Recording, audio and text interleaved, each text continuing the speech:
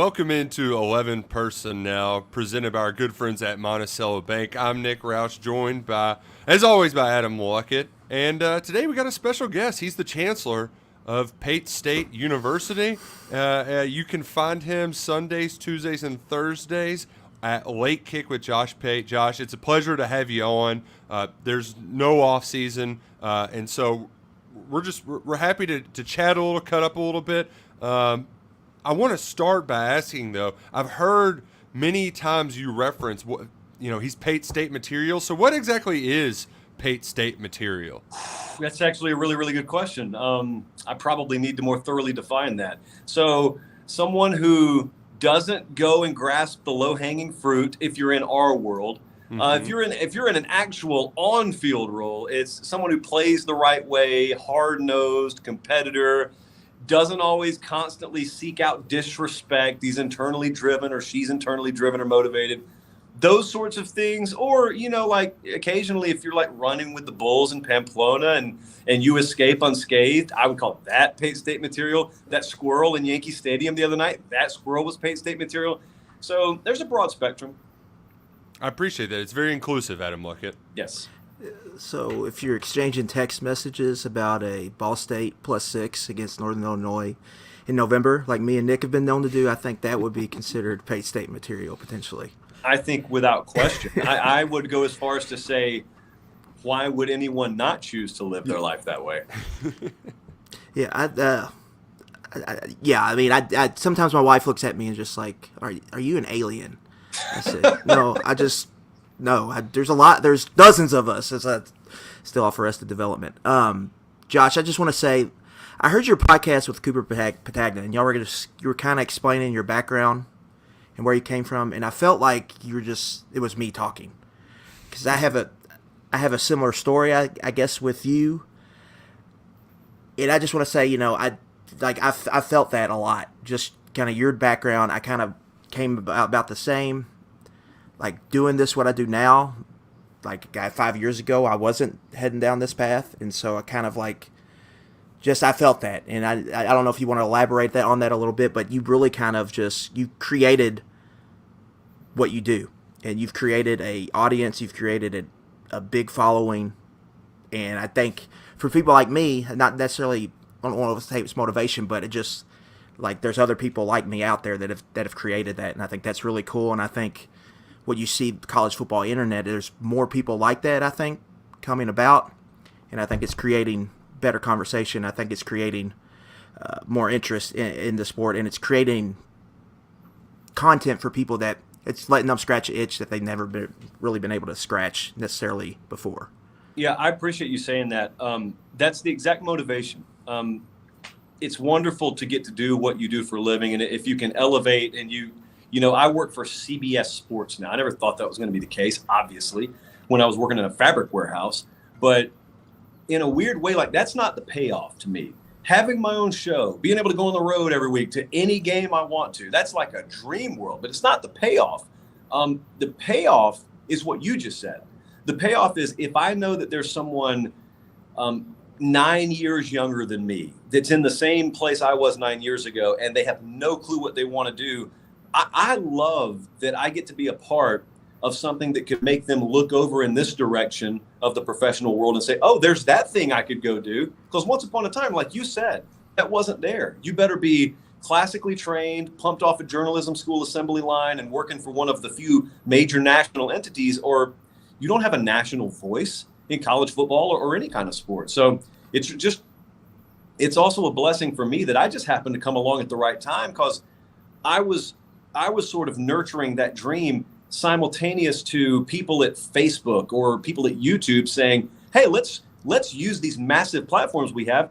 Let's put a live streaming component on it. And voila, there goes the Berlin Wall of overhead, the Berlin Wall of distribution. They're torn down, and all of a sudden everyone has got access, or at least it's a lot more open playing field. So, some of that's luck now. You can have all the drive and determination you want. Some of that has to go your way, but it's been such a blessing, dude. I don't have to work.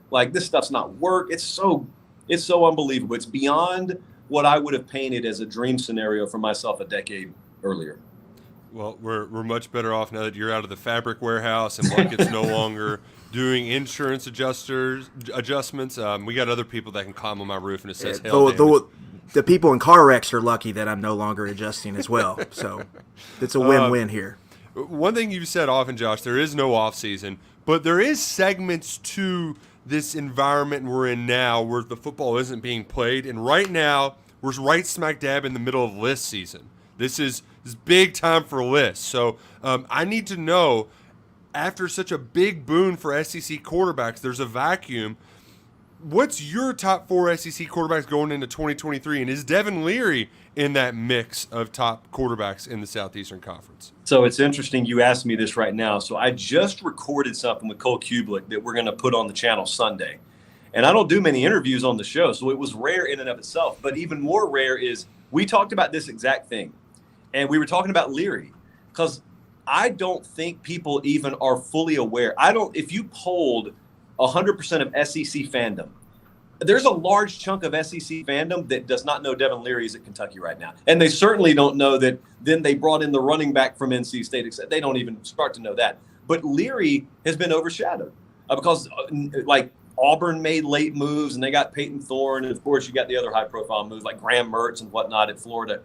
So to answer your question, yes. Kublik and I agreed that we would put Leary up there. Jaden Daniels would be up there. I think Connor Wegman at A&M has the ability to be up there. Ability being the key word. Carson Beck's an interesting story because we've never seen him start a game, but I have all the confidence in the world that he's going to perform at a high level for Georgia. The one that's the most confusing is Spencer Rattler. I have no clue where to slot him. I have no idea. I think he was severely hamstrung by the offensive coordinator they had there last year that is no longer there and somehow got hired by Nebraska. So you asked Matt Rule about that one. But I put Leary there because I remember about this time last year, I went out to L.A. at Elite 11, and Leary was working the event. And Caleb Williams was there. Bryce Young was there. C.J. Stroud was there. So a lot of the college guys were there. And I stood there and watched Leary throw, like standing right next to him, talking to him, watching him throw for 10 minutes. And his arm talent stood out so much. And it just never jumped off the screen to me watching him in NC State. And last year it didn't because you rarely saw that. You saw him running for his life because the offensive line was very subpar. And that's what I watch with Kentucky. I watch offensive line. I'm sure you guys have talked about that ad nauseum. Mm-hmm. Can he use the tools in that wide receiver room? Will that offensive line allow him to do that? And then you got Liam Cohen coming back in there. But if he's upright and given time to operate, yes, that's a top 4 quarterback in the SEC. Yeah, and I think the Leary thing with Kentucky is Kentucky's got pros at receiver. I don't think a lot of people realize that. It's just and they've got an NFL play caller that's got college experience, so it's not the thing last year. You've seen it be done with Liam Cohen before, at least through a SEC schedule. It's can you protect him? We talked about it nonstop, and it just before you get too deep, I just have to ask that question can they protect him? Because if they can't, then it's kind of all you have to throw everything out the window. But I think that's the big question. I think you bring up Carson Beck. That's a great point. I think he's got maybe some Mac Jones energy there where you think they're going to take a step back and maybe he's even just as good or maybe even better, maybe even a better pro prospect than Stetson. But just from your big picture view, Josh, just when someone says Kentucky football, what's the first thing that pops to your mind, and what's the ceiling of you as you view them, this program with Mark Stoops and where they're at? Because they've I think, established a good place in the middle class of the league right now, which just accomplishing that I think is a big deal for them from where they were. But a lot of moving forward is just how high they can get, especially with Oklahoma and Texas coming into the conference here next year. So what you just said is the key. You got to think forwardly, and you got to think 2 premier brands coming in. That doesn't always mean they're great, but they are premier brands, so their ceiling is always great. LSU's ceiling is always great, even if they miss a bowl game any given year. Ditto for Texas A&M, even though some people don't believe that about A&M. So with Kentucky, I view them as a consistent middle tier with, how should I put this? If I were watching a heart monitor on them, they consistently sit at a certain amount of beats per minute that would put them in the upper middle part of the SEC. But then they have that spike every 2 or 3 years where they can knock on the door, and they're probably not going to end up in Atlanta or anything like that, but they can be in the mix in November, which most people don't expect. They can pull a big upset. They can, take like a Georgia to the wire or an LSU to the wire any given year. But having said that, the key is you've got two big dogs about to come in the conference, and this goes back to an overarching thing. This isn't even just a Kentucky thing. I'm thinking this about South Carolina, Kentucky, Arkansas, Mississippi State. I've had a lot of fans in my DMs and in my inbox and whatnot that keep on talking about Oklahoma and Texas coming in the SEC, and they keep saying, "Boy, wait till they see what they're in for." And that's all well and good. And I get it if you're a Georgia fan saying that. I get it if you're a Bama fan saying that. But you got to be careful not to cut off your nose to spite your face, so to speak, in that we understand there are about to be 16 rungs on the SEC ladder. Right. And the chances are Oklahoma and Texas are going to be a lot closer to the top than they are to the bottom, which means the mathematics of the situation dictate a bunch of y'all got to bump down a couple of rungs. And the net result is, yeah, there's more money in the conference. None of the three of us end up seeing any of that, so it shouldn't matter to us. But there's more money in the conference. But the net result is you got a couple of more losable games every 3 or 4 years on your schedule. So there's a big trade-off with getting those new names here. And who knows, maybe we're not even done with that. So where I'm thinking, because the way you put it has kind of gone according to plan over the last 7-8 years, where it's like, all right, 7 or 8, give or take, and then you have that spike. So is that spike good enough to be in the 12-team playoff? Where if you think pragmatically, probably 3 or 4 SEC teams are getting in every year.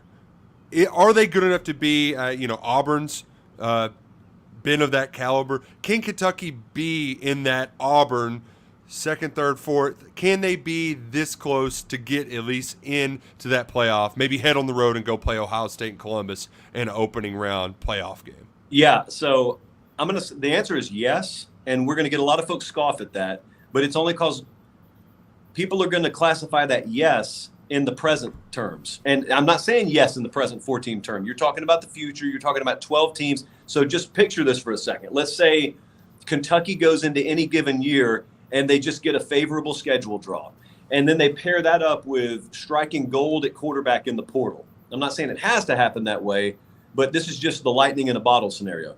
Workable schedule, biggest games at home, quarterback in the portal. You end up being like +9 turnovers in a given year. You go 4-1 in one possession games, or maybe 5-2 in one possession games, and you don't go to the SEC championship game.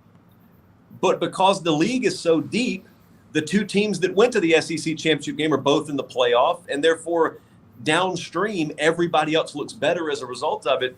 Yeah, if we're arguing, let's say 10-2 Kentucky against 10-2 Oregon State or 10-2 TCU, yeah, absolutely the SEC team's going to get the nod. Now, that's not going to be sustainable, but we're asking any given year. We're asking about that spike year. Yes, I think it's not out of the realm of possibility at all that could happen one day down the road. Yeah, my biggest interest in that is any SEC team goes 9-3, 6-3. How are they not a top 12 team? Yeah. Like, just full stop. And then how many is too many for everybody else when it comes to putting teams in? Like, that's the unknown. I don't know. Like, it's like, what happens when it's 5? What happens when it's 6? Well, it's not just the SEC. See, it's yeah, right. People outside of the South, people outside of the Midwest, they look at it and they say, how many SEC Big Ten teams are going to be in there? Because the real nightmare scenario is I don't know how the auto bids tie in and shake out, but like your second round of your playoff, and then especially when you get to the semis and the finals, it is going to have the life choked out of it by SEC and Big Ten programs. And you're going to have a format that so many people looked at as this shining beacon on a hill of inclusivity, and that's going to be our shot. And the only shot it's going to be is a shot in the arm of the conferences that are already the richest in the land. And they're going to look at you and just kind of shake their head and smile and say, I can't believe you guys fell for this. I can't believe you guys let us do this. But here we are. Yeah. Oh, Late Kick with Josh Pate is where you'll find him Sundays, Tuesdays, Thursdays. We appreciate you joining us. And before we let you go, instead of thinking down the road at 12-team playoff, this fall, who in the SEC is getting propped up too high. They're the flavor of the month. They're everybody's favorite team in the offseason. Joe Milton, Tennessee. And who is maybe a little underrated that could come up and surprise some teams this fall? So I think you're right with Tennessee in that they have that potential to be that, because it's all riding on Joe Milton. And really, anybody who buys into Tennessee, you know what's going to follow up. I like Tennessee if Milton plays like he did in the bowl game. I don't know how many times I've heard that sentence. And you know what? They're right, because if he plays like he did in the bowl game, they're going to be right back in the mix to be able to do the same things they did last year. I like seeing Joe Milton come in for the last play and throw the football into the stands. Yeah, that's my Joe Milton. Yes. The other team that's being slept on, and this doesn't have to be like an SEC division winner, right? It can just be a team that may exceed expectations. Yeah, sure. Yeah. Right. Okay, to me that's Texas A&M, because that's the roster out there that had no business missing a bowl game. That missed LSU a bowl last game. year. Yeah, and then went and they beat LSU at the end of the year. Like, that potential was always there. So they pushed the obvious button. They went and addressed offensive coordinator. They are so ridiculously loaded still with talent down there. And to be honest, I think they got a lot of negative publicity for a lot of the portal exits. And in reality, I think they may be better off without some of those kids. I think they took kids just trying to see how many 5-stars they could possibly accumulate, and did not pay one bit of attention to team chemistry, critical factors from the neck up, like what kind of person do we want to bring in here? And it's not the first time that's happened, obviously. But, I mean, if there was a team that was in it in November that we were all saying came out of nowhere, I think it'd be A&M, because the other one would be Florida, and I have a really hard time buying into Florida right now. That schedule's tough. And also the Bobby Petrino effect. We're well acquainted with how that works around these parts. It's great for like a year or two, and then it just spirals catastrophically. Yeah, but what does it do if he's not, like, we all just want to see these sideline exchanges. Like, that's, I mean, because that's two old, hard dogs over there. Right? I think they have to. I think probably law enforcement may step in and say, yes, you have to. The guys with the hats will be separating them. Oh, man. Josh, thank you so much for joining us on 11 Personnel. It's been a real pleasure. Once again, if you haven't checked out his podcast, one of the best in the business, podcast, YouTube, however you want to put it, you can find him. Late Kick with Josh Pate, 24/7, CBS Sports. It's a pleasure to have you on, and enjoy the not off season. Exactly. That's exactly what I'm going to do. I appreciate it, guys. Thanks, Josh. Thank you much. Oh, good time. A fun conversation there. Also like having a little bit of optimism there, Luckett, where I appreciated that the playoff question, we didn't get some sort of fluffy answer. We got very much a, like, the ball bounce. Not only does the ball bounce the right way, like, you have turnover margin, you have a good quarterback, the schedule's right. Because really, I hate how silly that it may sound at times like it, but some of the times, like USC last year, they needed luck to be as good as they were when it came to turnover margin and having Caleb Williams be a Heisman Trophy winner. You know? I mean, right now there's like 10 programs that are really competing for playoff spots every year, and then you'll see, like, even Cincinnati and Washington, when they made it, they were in that 10. Yeah, TCU was probably the one that kind of came out of left field. But for the most part, it's 10 teams. With the 15, you're really going to have 25 teams that feel like they're going to compete for it every year. And I think Kentucky can get in that 25 in a good year. The thing with Kentucky is what you have to shoot for is just go 6-3 in the league. Schedule right in the non-conference. Go 6-3 in the league. If you're 9-3, 6-3, if they don't let you in, you should raise hell, because you are one of the 12 best teams in college football. If that's what you did, if you go 6-3 in this league, with 8 top 10 recruiting operations, with the teams that are most invested in winning in college football, that is enough to make a 12-team playoff. And if you're not in, you should raise hell. But I think Josh brought a good point. Is this good for college football? I don't know. We'll see. Like, the first rounds are going to be awesome. Yeah. And we're going to get into this, potential cold weather games later with talk about the Big Ten.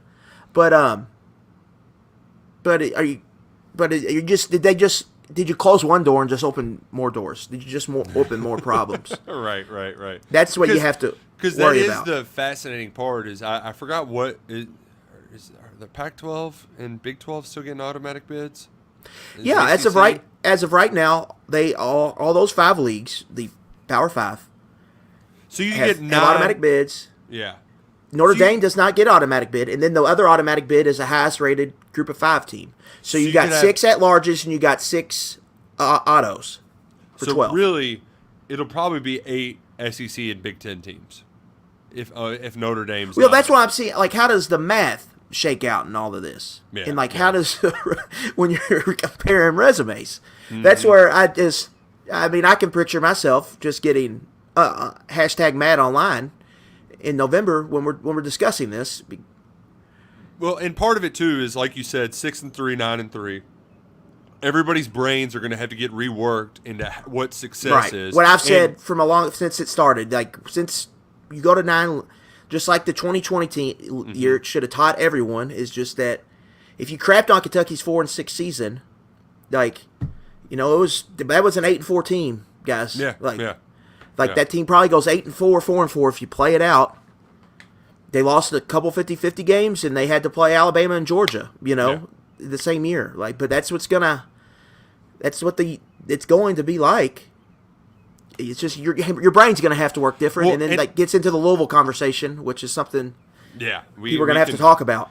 bring that up at a later date. I just hope that at least that the playoff committee people will. I hope that they have their brains rewired too, knowing that like you should put higher stock in those 2 super leagues versus the second team in the Pac-12, or like Clemson goes to the ACC championship game and they're 11-1 and lose to a bad Florida State like that. That's going to be the first fun big. Just look at the kind of- ACC and Big Ten championship games last year, Nick. You had Purdue, Yep. who got absolutely boat raced. Purdue gets boat raced in bowl games like I've never seen teams get boat raced in bowl games. Dude, Auburn a that- couple years ago, and then LSU last year. That It was Joey almost like- Gatewood transfer reminded me of that Auburn game. That Yeah. was so bad. And then North Carolina, who was just a sinking ship by the end of the season, was playing Clemson. And then Clemson got smashed by Tennessee in the Orange Bowl. So, like, But here's the thing: if they upset one of those teams, then it just throws all the math out, and that's what I'm going to be. That's going to happen one year, right? We're going to get one of those crazy upsets. to me, the fascinating the discussion is these 10-2 Pac-12 or Big 12 teams. We're saying we should be in the playoff against a 9-3 SEC team who went 6-3 in the league, or the Big 10 team that went 6-3 in their league. Like that's what's going to get people fired up when we Yeah. get into this 12-team era. I'm already. fired And for up thinking Kentucky, about it. like any team like Kentucky, you're talking Kentucky, you're talking TCU, you're Arkansas. talking North Carolina, you're talking Wisconsin, you're Yeah, talking Wisconsin's a big UCLA. I mean, you're talking Washington. Any team that gets to that mark, they're all going to be fighting tooth and nail just for their resumes. And then how the committee kind of goes about picking who over who. Because I don't think they've really gotten the 4 teams wrong the entire time. People bitch and complain in November, which is like it's like bitching and complaining about bracketology in February on Groundhog's Day. Like, you got to let the season play out. Yeah, I love when they get mad at the rankings. It's like, well, they'll play, so like, you're gonna Yeah, figure it there's out. still, we got 65% of the data points in, so like it's kind of a lot of this is projection. But where does like Kentucky fit and all that? It's just going to be but it gives me back to what I'm saying. The 12 team, they're going to get it wrong some just because it's Yeah. 12 teams. So that's what's going to be fascinating, because I don't think they've ever gotten the 4 wrong, but I think they're going to get the 12 wrong eventually along the way, and that's seeding that. How that plays out is we'll see, and then what does that lead to? We don't know. I mean, we're still in the land of the unknown with conference realignment and all that good stuff. You know who doesn't get it wrong either? Monticello Bank. It's where That's right. people matter, and that means that they have competitive loans, deposit rates, and a wide variety of customer-focused financial services, which put the numbers on your side of life. 128 years of service. 128 years. You can't be in business that long if you're not doing something right. Go to Monticello Bank, 21 branches, 14 different markets, or you can bank with them with the Go MBC mobile app, or visit MBCBank.com, Monticello Bank, where people matter. Member FDIC, equal housing lender. It's not set in stone, but we're shooting for mid-June, be at a Monticello Bank near you to do the show live. So, and we appreciate getting Josh Pate on today. Basically, we're guesting it up throughout the summer until we get to SEC Media Days, excluding that trip to Monticello Bank for a live show. We hope you all be able to come out for a little lunch and hang out with us. One June afternoon, which it's June like it. I appreciate Almost, yeah. I appreciate that May is a slow month, but I just love that it's seemingly a new news cycle thing where it's just like we just report official visits and top lists going into it, and there's a ton of them. I know that was a problem last year where we didn't know. Well, we at least know now, and there's about a dozen. There's 16 I know on that first weekend at least, maybe more, and then I want to say a dozen the weekend after it. So things are really coming together, and following Cutter Bowley's commitment, I mean, there was already a ton in line for that weekend, but you're seeing a lot of the way that it's taking shape like it.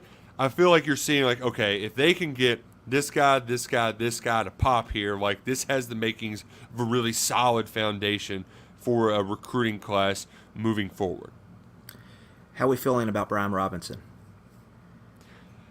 I love that you pointed out that there's picks coming in for a Michigan edge, and that's got me. I feel like Kentucky's been lurking for a while. I got some good intel on Robinson back when everybody was all in on Michigan, and it feels like it's trending the right way, like it, to get a big-time pop in the month of June. Yeah, Darian Mayo, DMV edge, top 250 player, the top 200 player, I think. He just got some RPMs at on 3. He's a heavy Michigan lean at this point. Michigan's got 17 commits, Nick. They're in on like 4 or 5 edges. Jacob Smith, Brian Robinson, Dominic Nichols, I think. Correct. Is his name, and then this Mayo kid, and then Brian Robinson. They're probably going to take 2. A lot of it's going to be who just takes the spots. Mm-hmm. Jacob Smith's brother's in the class. So I would assume he's going to be one. Mayo could be the other one. That could open things up for Kentucky, specifically with Brian Robinson. We'll see how this Nichols recruitment goes. Right. But it just seems like Youngstown, it seems like they're going to get him, I think. He's been to Michigan a lot. We'll see how this goes, but I think he wants to announce this summer he's going to be a mid-year enrollee. Position of need. It's one they need to wrap up here June 9th when he's here with Bowley and a bunch of other guys. Like that, he's got the top of my attention right now. I think that's maybe the biggest recruit on Kentucky's board, just because they're so close. You just got to finish him off and close him. It would be a big kid in Ohio to get and to get the ball rolling. And so that's one I think to watch closely here. Mm-hmm. We'll be watching very closely. We won't be there for the official visits. We're not that tied in. No. But we will be there when they're They won't be camping, but Kentucky's hosting camps at the time. A lot of times guys are on their visits. They come to hang out, see the other ones. I remember one year, and hell, I don't even know if he made it to campus or not, but I remember Torrance Davis showing up to camp being like, yeah, I just committed. Like, what? So that was, yeah. So, yeah, who knows? Maybe Brian Robinson shows up and says, hey, just committed. That would be a lot of fun. But I do think, like, if you just kind of look at the map, the biggest surprise, I think, my biggest surprise takeaway is just how widespread some of these are. Not necessarily the positions, but, like, there's a receiver from Philly that's kicking things off. You've got guys from Connecticut, you know. The coordinator effect, where Liam Cohen and Brad White have kind of taken some of this upon themselves. You know, they're trying to get that running back from Atlanta up here for an official visit. I know Brad's got the linebacker from North Carolina that's going to be officially visiting. Nesta. Yeah, so like it feels like there's a lot of recruiting from different, you know, not the same geographical hotbeds, And that works if you can get those guys to actually, if you can land the plane. That's really what a lot of this boils down to, is that if you're going to recruit well in Kentucky, you do the state of Kentucky well, you get who you need to there, you do Ohio well, you do the 6-hour radius thing, but then you get a few future starters from outside those areas. And that's, at least they're on the board, they're visiting, it's just landing that plane. Yeah, and then you got those Glenville guys, Fred Johnson, Merriam Witten, and then the running back DeShante Jones. So you got all three of those guys. You know, Glenville is some place they've recruited a lot. Nick, haven't had a ton of success. You've got to worry about Ohio State just kind of lurking there. Senior, man.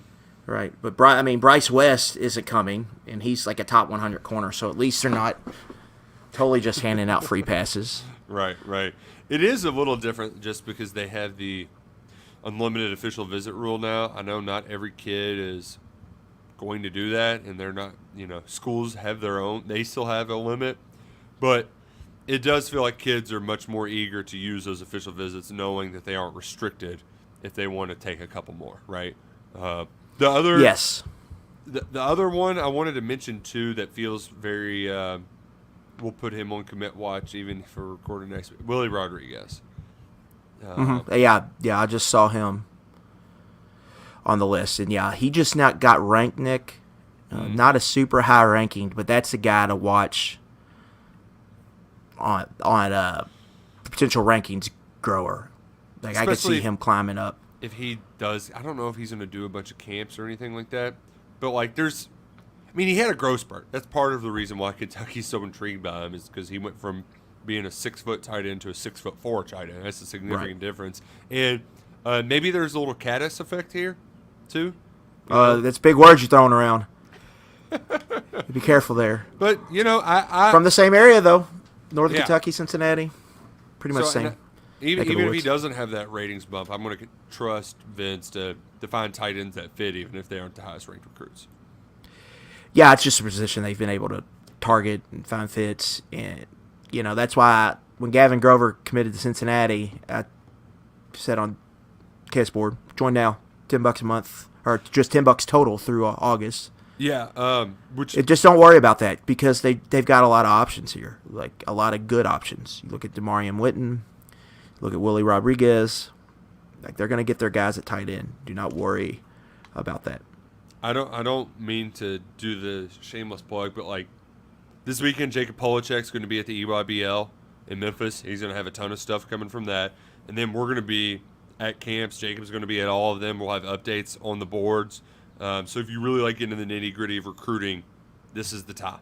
Like, if you've been waiting, like, all right, I want to dive, just do it now.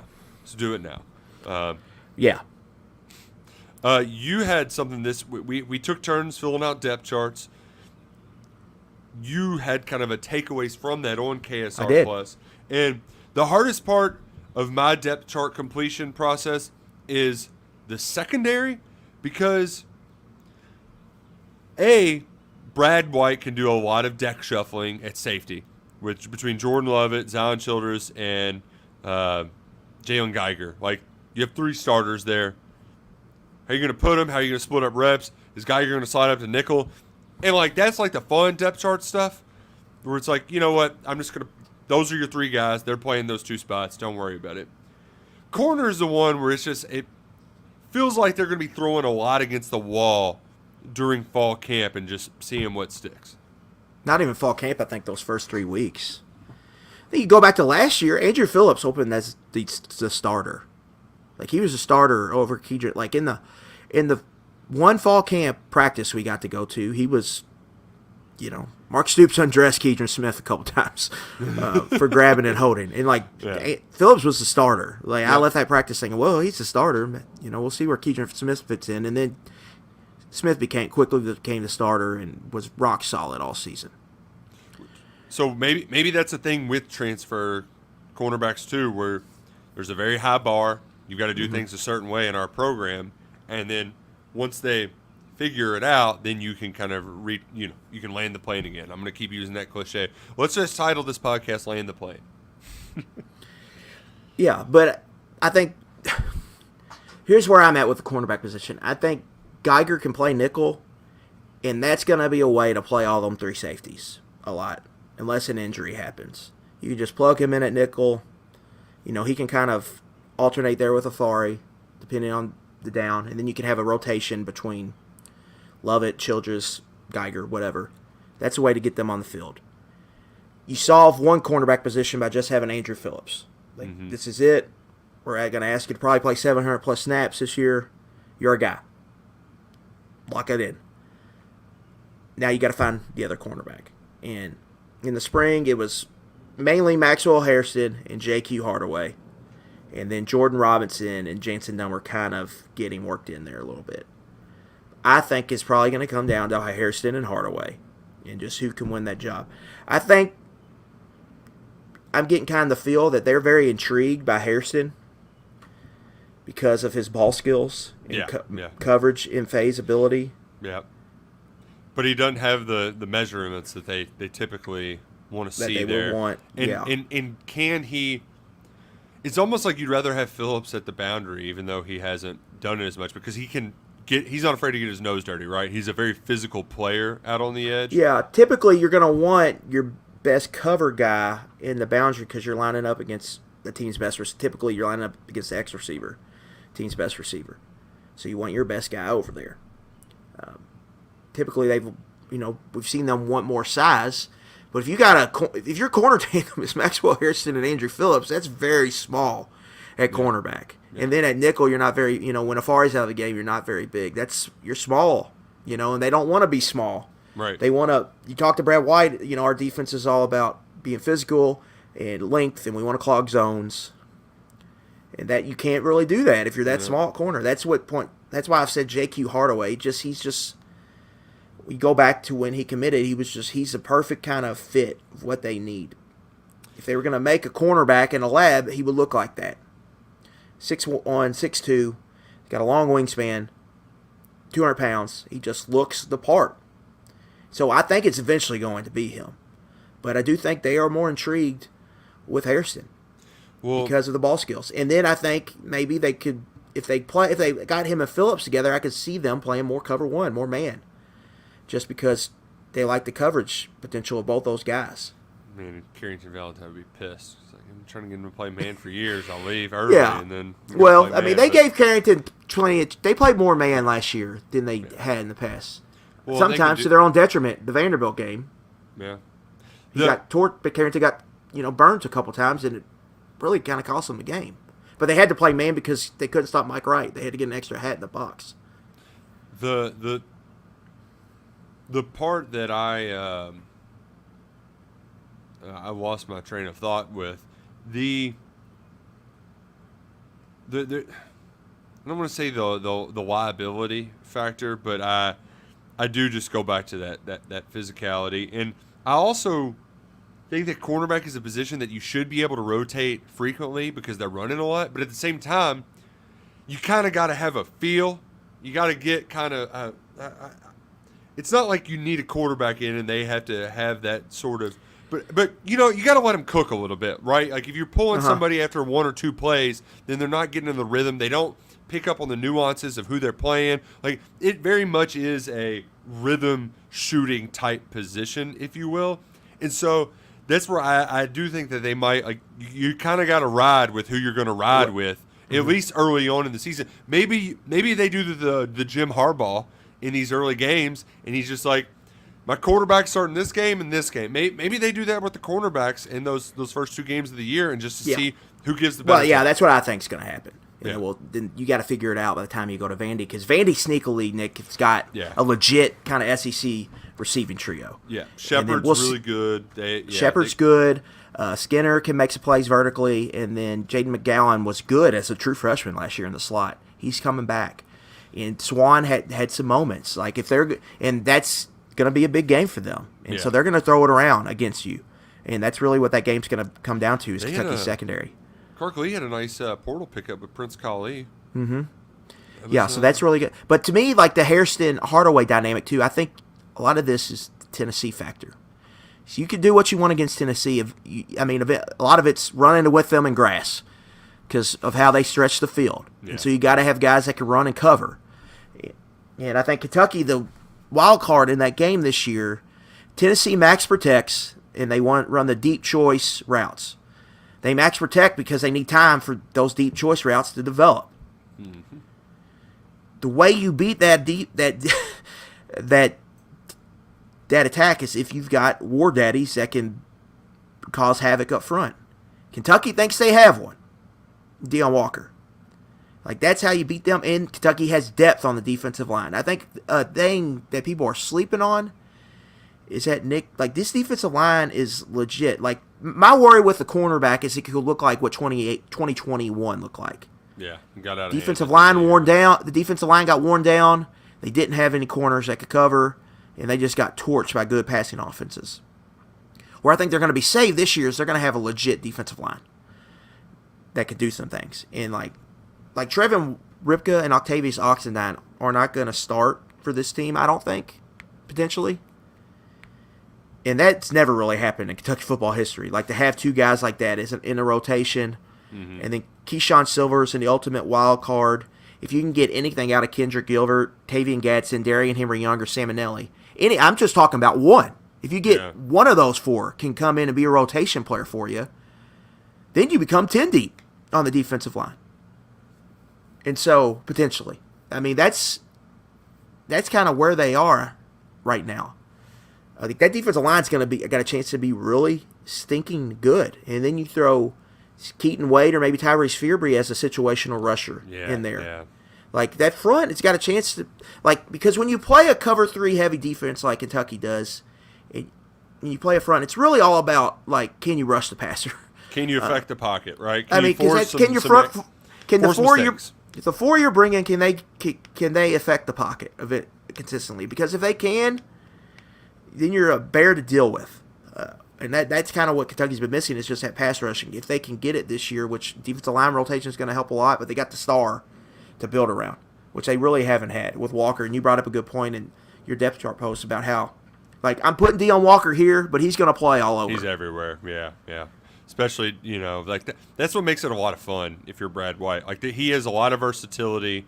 He's got experience, guys, right? Like, it's a pretty old defense.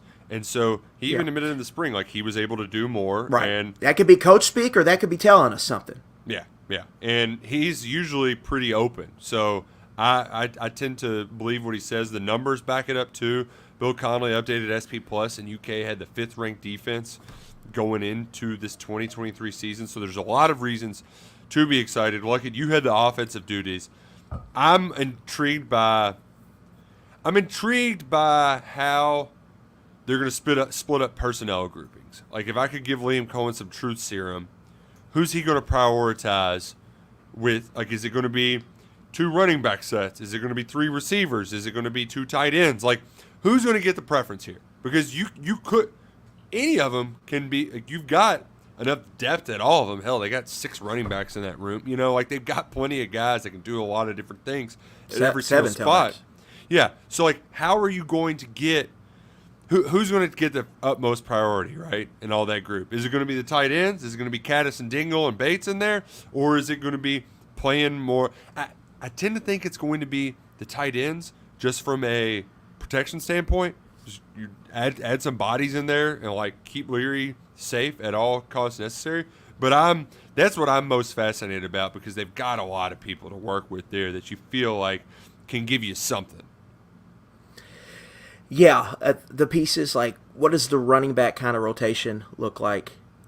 I'm really not worried about it, because a lot of these guys, if I were tiering players, I would tier them kind of the same. Mm-hmm. Hopefully Wilcox can give you some juice. That would be nice, especially if you could. Card. Yeah. But my thing is, like, someone in that room is going to have fresh legs in November. And that is going to be maybe the one that kind of surprises us, maybe ends up leading the team in rushing, just because you're just going to have – it could be like Ramon Jefferson. Like, if he starts slow and then, like, he finally gets his sea legs and then he's just got fresh legs in November, and you look up and, oh, Ramon Jefferson ran for 137 yards here at Mississippi State on 18 carries. Didn't see that coming. or he's maybe playing some more tired defenses as the season progresses.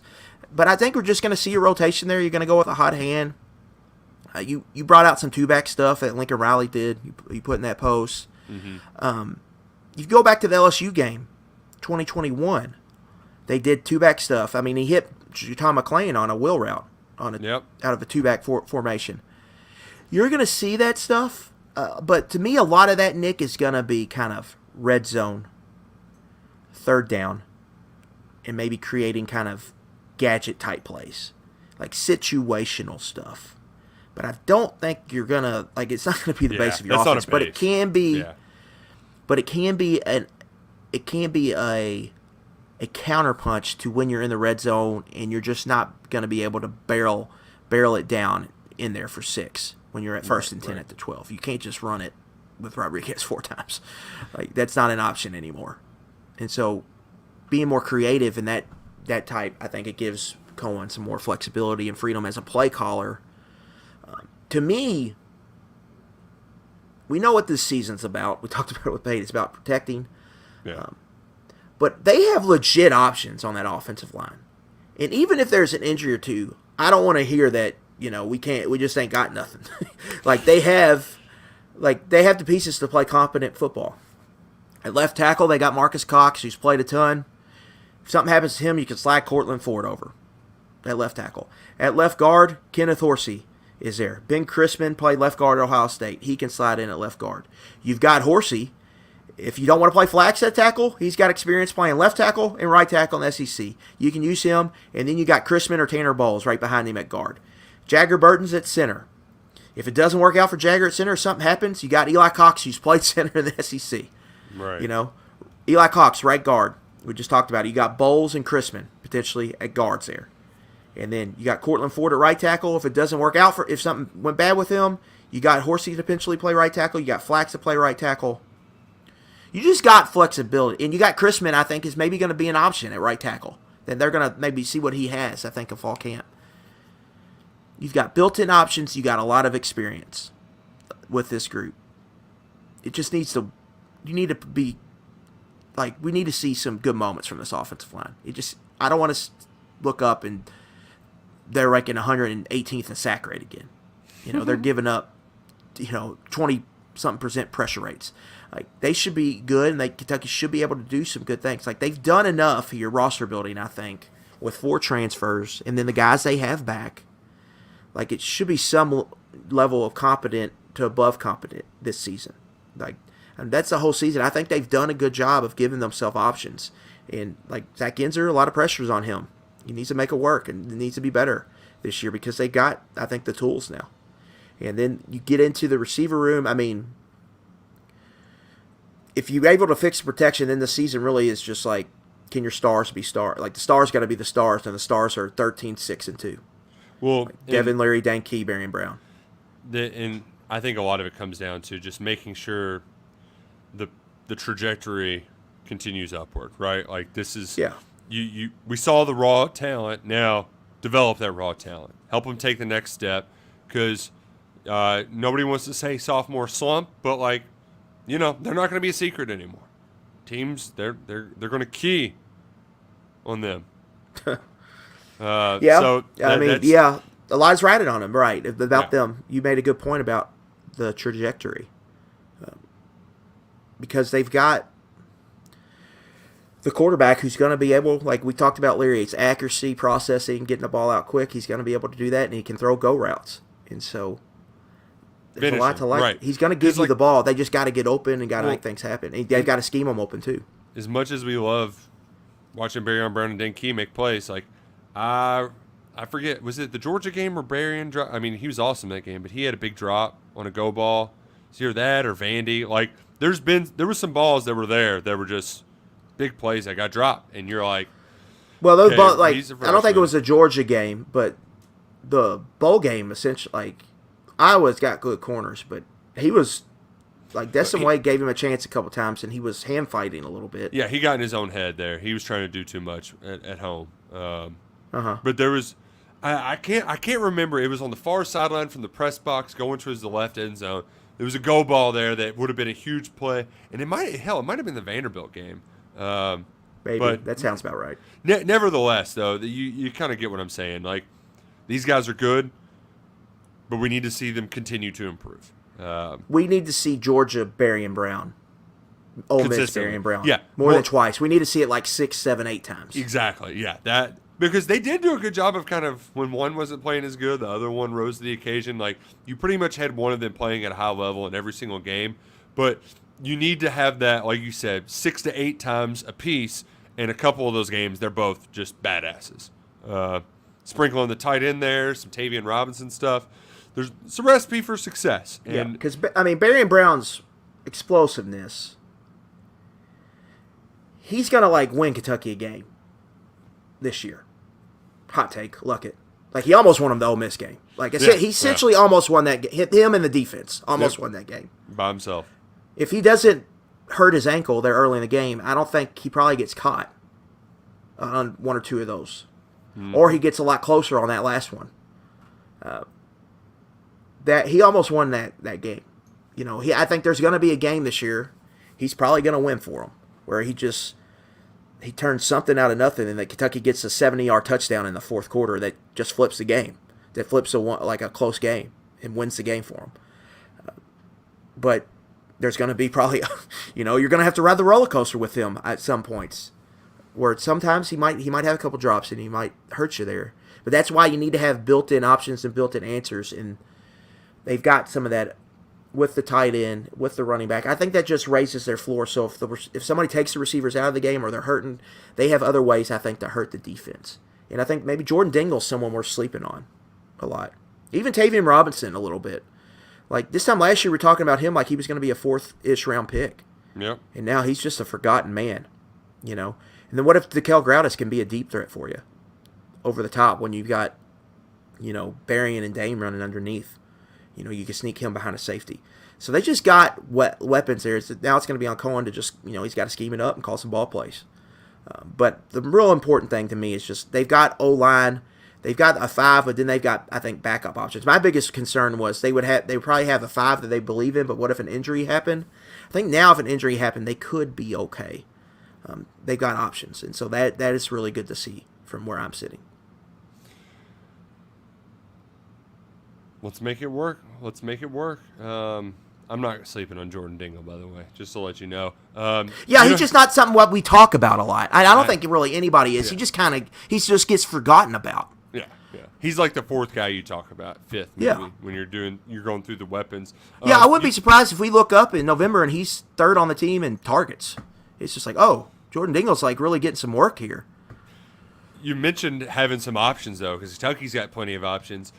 Michigan State, they had to use some options they probably didn't want to use. They're giving up a home game to play at Ford Field.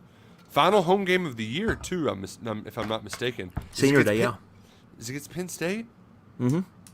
Now, can you explain how this happened? Because I just saw it from the outset, and I'm like, well, it's not the worst thing in the world. Like, how I guess Detroit isn't as close as, for Michigan State as it is for Michigan. But, it's not the first time I'm sure they played a neutral site game there. But how did this come to be? Why?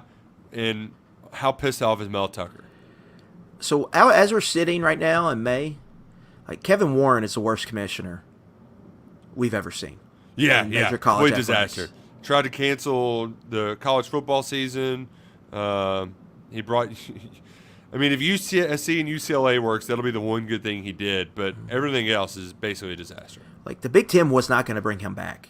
Like, he was going to be gone. Like, that's part of the reason he left, was because he was going to get probably, graciously fired. Or they would say it's something else. But yeah. Long story short here, he signed, like, the Big Ten, they go to the open market and they're shopping their media rights. They want to get away from ESPN because ESPN's in bed with the SEC.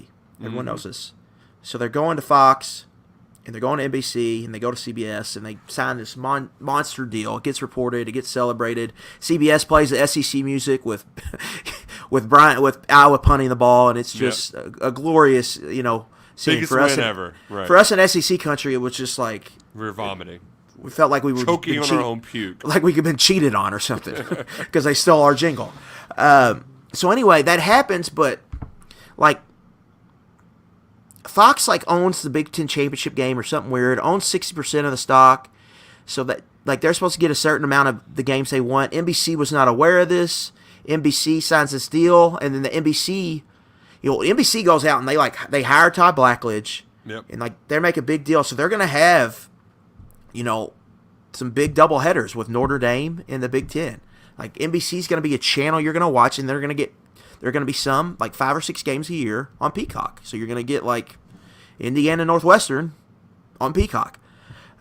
But what happened was he sold NBC. Part of the agreement, NBC was supposed to get like the Big Ten championship game in 2026. He doesn't own that. Fox already owns that. So there's this huge mess. And then the funny part in all of this is Pete Thamel and ESPN are the ones reporting it. Like, who is ESPN's big competition now, Nick, in college football? Yeah, right. So like that. Really, so your enemy is sitting there like bringing the hammer out and making this public. So anyway, they're making concessions pretty much for NBC, and what that is like they're giving them this Black Friday game. But another weird thing with the Big Ten is Warren sold these night games. I didn't know this. After the first Saturday in September, the Big Ten didn't play any night games. It was only during the afternoon. It was like a league rule. Really? Yeah. I felt that because it's Big Noon Saturday, right? But like I just assumed that to me it felt like a thing like they didn't have lights or something, so it was just like a 1970s rule. Like, oh, we just got to play here in November. We can't afford the lighting bill or something. Like, yeah, because the Penn State whiteout was after it was always in October, right? But they moved it up for the Auburn game, if I'm not mistaken. They played that game at night. Yeah, that was in September. Early September, yeah. But they would usually play Ohio State in October or Michigan in October, and that's just when that just. So that was a big. So they didn't know So now they're having to play some night games. Like on November 13th, Ohio State's playing Michigan State. That game's going to be on NBC. Penn State is playing Michigan State now. That game's. But I think part of the deal was Penn State didn't want to go to East Lansing and play it cold at night. So they said, we'll do this, but we want to play in a neutral. And so they're going to Ford Field in Detroit. And so it's a big mess. So, like, he sold all this stuff, and now their new GM chancellor, their new commissioner is having to kind of fix this and close all these deals. And they're a mess right now with that. It's not like they're going to figure it out. But to me, like, my big takeaway was, man, they had a lot of, like, fake tough guy energy. Because with this playoff, was to go, oh yeah, you mean LSU's got to come play in Camp Randall Stadium? Like their fans were, puffing their chest out and sticking their chest out and saying, oh yeah, we're going to play in the cold weather when they're not even wanting to play in the cold weather. Like because they want to play these day games in November. Right. And there's some like for Ohio State, there's rumors about like they might, if they hosted a playoff game, they would try to play it in Lucas Oil potentially because they want to play on a fast track. Which is why they can't beat Michigan right now, because Harbaugh gets them in the cold and just takes 2x4 and hits them across the face with it. Makes them play man ball. I also thought, too, that there might be something with that Black Friday game where you've already got Iowa, Nebraska, slotted in there for during the day. So I didn't. But I had no idea they didn't play night games after November 5th or whatever. That was news to me. And that's going to be the new part with NBC is NBC's just like the third game, and it's going to be a nighttime game competing against the SEC's either first or second one, if I'm not mistaken. Because they're just going to make 8 o'clock ABC their big one. But they want what NBC found out was they were going to get like garbage. Illinois, Purdue. Yeah. Tier 3 type games. Penn State, Rutgers, like stuff that they weren't like, they're signing up because they want the brands, right? Yeah, right. Well, I'll watch it. Right. But I love too that they thought J.J. Watt. I heard they're trying to get J.J. Watt for their NBC pregame show, and I just love how much they like these networks invest. Like you get one game on Amazon on Thursday nights, and they've got a 5-person pregame show crew, right? Like when they get one game, by God, they're going all in. And Yeah. I also love just how triggered folks are getting potentially flexing a Thursday night game a month out in advance. It's like, chill out, everybody. We've been doing this in college for 10 years now. Yeah, like it's a month in advance. You really don't mess your schedule up that much. But TV and it makes the world turn, and that's what the Big Ten signed up for, right? Yeah. They wanted I get it. They wanted to use competition to get the best prices from all of these different networks, and it was universally praised. But there's going to be some headbutting en route. I do get the complaint for moving days out because, like, if you want to go to a game, like last year the Cowboys played in Nashville, and a bunch of Cowboys fans made a trip out of it in Nashville. Yeah, right. So you got to take off work and plan that. You need more than a month. Like most people need more than a month advance to do that. So I do. Yeah, or if you want to go, if you're a season ticket holder, you probably going to want to ask work off Friday. Yeah. Or maybe even Thursday, so you can tailgate or do whatever you do at an NFL game. And so that makes it harder on the fans. But Big Ten, you can suck it. I've enjoyed this conversation though today, Luckett. Sometimes we get in the middle of May and you're like, hey, what are we going to talk about? And then an hour flies by just like that. But we appreciate y'all joining us. Appreciate y'all subscribing. Hope y'all have a nice Memorial Day weekend. Luckett, are you a lake guy, pool guy? Is there how's this going to go? You got baby in the summer too, so how's that going to work out? Can you float all day with old Baker around? I don't know what we have zero plans, and after the month we've had, I think we're just fine with that this weekend. Yeah. Just hanging around the house, and we've got a busy June. Got a couple of trips planned, so lay low until that happens. And once those are over, once we get back from 4th of July, then it's wheelhouse season, baby. Donkey Kong, yeah. It certainly is. I hope everybody doesn't get sunburnt this weekend. Hope you maybe enjoy some watermelon. That's always a great treat. Maybe some cold beers, and a hot dog too. Because I got out of the hot dog game for too long. I mentioned that earlier. Then kids get older, and you're like, man, hot dogs, great tube of meat. This is wonderful. So smoking like a true South Ender. Hope you enjoy a tube of meat. Maybe float around an above ground pool. Get a stick, poke out a fire, or who knows? Just watch a movie. There ain't a whole lot of sports going on, but we'll be back here next week with another guest. Who will it be? I don't know. Thursday afternoon. Find us right here on the KSR YouTube channel. For Adam Luckett, I'm Nick Roush. This has been 11 Personnel.